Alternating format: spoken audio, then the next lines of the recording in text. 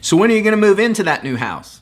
My name is Sean Larson. I'm a real estate broker providing you valuable information, and we're going to talk about exactly when you get possession of that new home.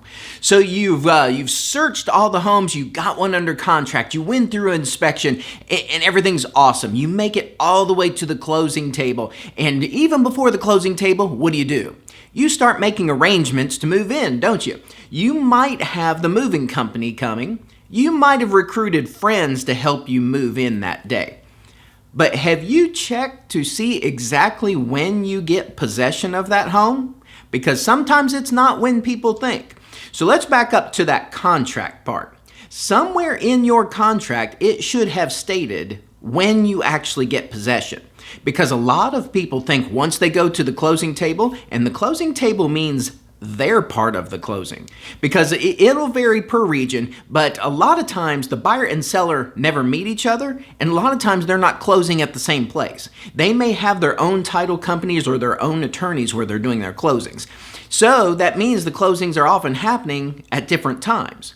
So you as the buyer go to your part of the closing, you sign all the papers, and it is quite common for buyers to think once they sign that closing is done and they walk out with keys. And I'm not saying it doesn't ever happen that way, but not usually. Because here's what happens. The seller still has their part of the closing to do. They still have their paperwork to sign. And you know what the seller wants? Your money. So the signing of the documents isn't the only part. Part of closing also includes the transfer of funds. So let's take, for example, a buyer might sign their part of the closing maybe at 10 a.m.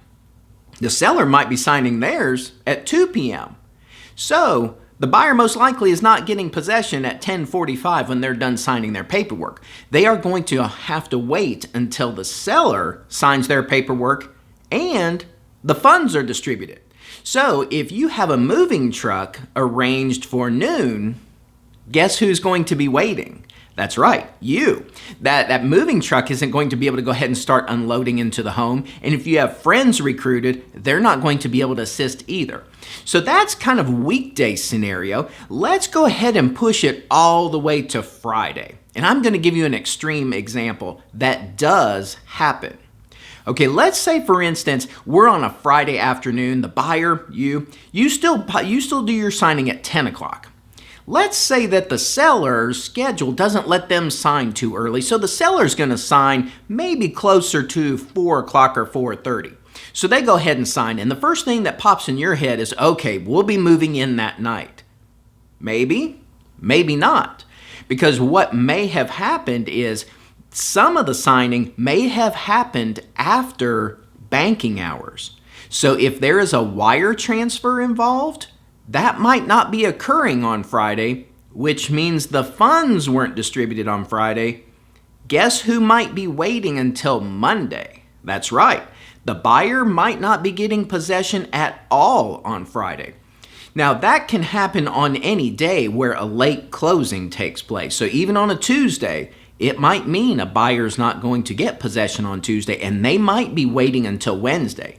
The extreme case on Friday is that banks don't run on Saturday and Sunday. So if something should occur late in the day and a wire transfer cannot take place, the buyer might be waiting until at least Monday to get possession of the home. Okay, ready to complicate it even more?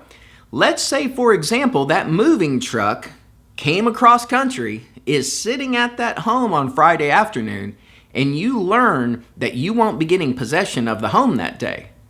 But that moving truck has to be somewhere else on Saturday.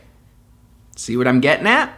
That truck is going to most likely have to be unloaded somewhere, and that is probably going to be into storage, which means you have a second move on your hands now. Now you are going to have to move everything from storage into the home when you get possession of it the following week. So when you get possession of a home is a very important detail. One that is sometimes overlooked if it's not explained to people. So be sure in your contract that you know exactly when you get possession of the home. And it is usually after closing and after funding, because the funding of the purchase is part of closing. It is just not the signing of the papers. So it will vary a little bit per area. Some areas still close at the same table. A lot of areas close at different places. So be sure to refer to your contract to make sure you have planned movers or friends accordingly to make sure you don't have any surprises. My name again is Sean Larson, real estate broker. If I can help answer anything at all about real estate, I am more than happy to serve you. I hope you have a super day.